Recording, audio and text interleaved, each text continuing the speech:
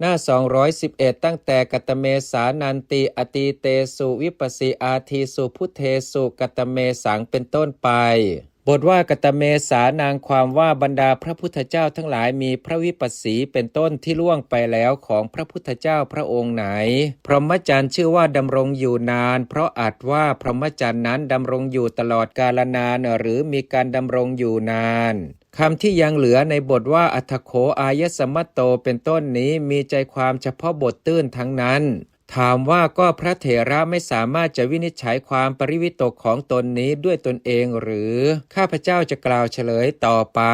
พระเถระทั้งสามารถทั้งไม่สามารถจริงอยู่พระสารีบุตรเถระนี้ย่อมสามารถวินิจฉัยเหตุมีประมาณเท่านี้ได้คือ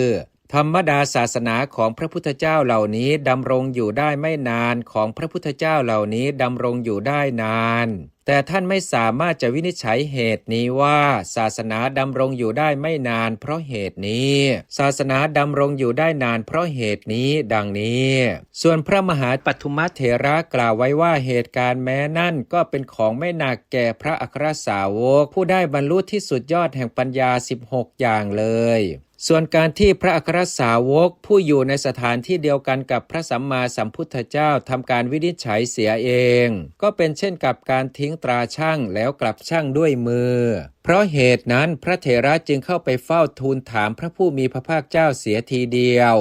ถัดจากนั้นพระผู้มีพระภาคเจ้าเมื่อจะทรงวิสัชนาคำทูลถามของพระเถระนั้นจึงตรัสพระดำรัสมีอาทิว่าภควโตจะสารีปุตตะวิปัสสิสะดังนี้คำนั้นมีเนื้อความตื้นทางนั้นพระเถระเมื่อจะทูลถามเหตุการณ์ต่อไปอีกจึงได้กราบทูลถามคำมีอาทิว่าโกนุโขพันเตเหตุวงเล็บที่แปลว่าอะไรหนอแลเป็นเหตุพระเจ้าข้า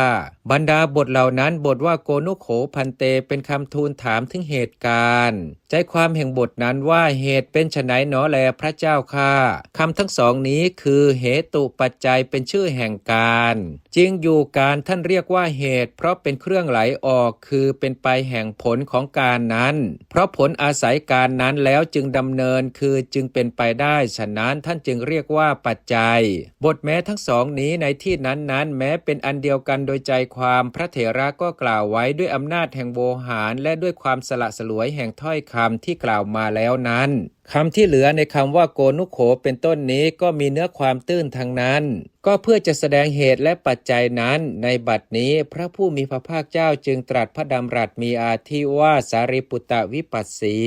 บรรดาบทเหล่านั้นบทว่ากิลาสุโนอเหสูงความว่าพระพุทธเจ้าทั้งหลายมีพระวิปัสสีเป็นต้นได้ทรงท้อพระทัยเพราะความเกียจคร้านก็หามิได้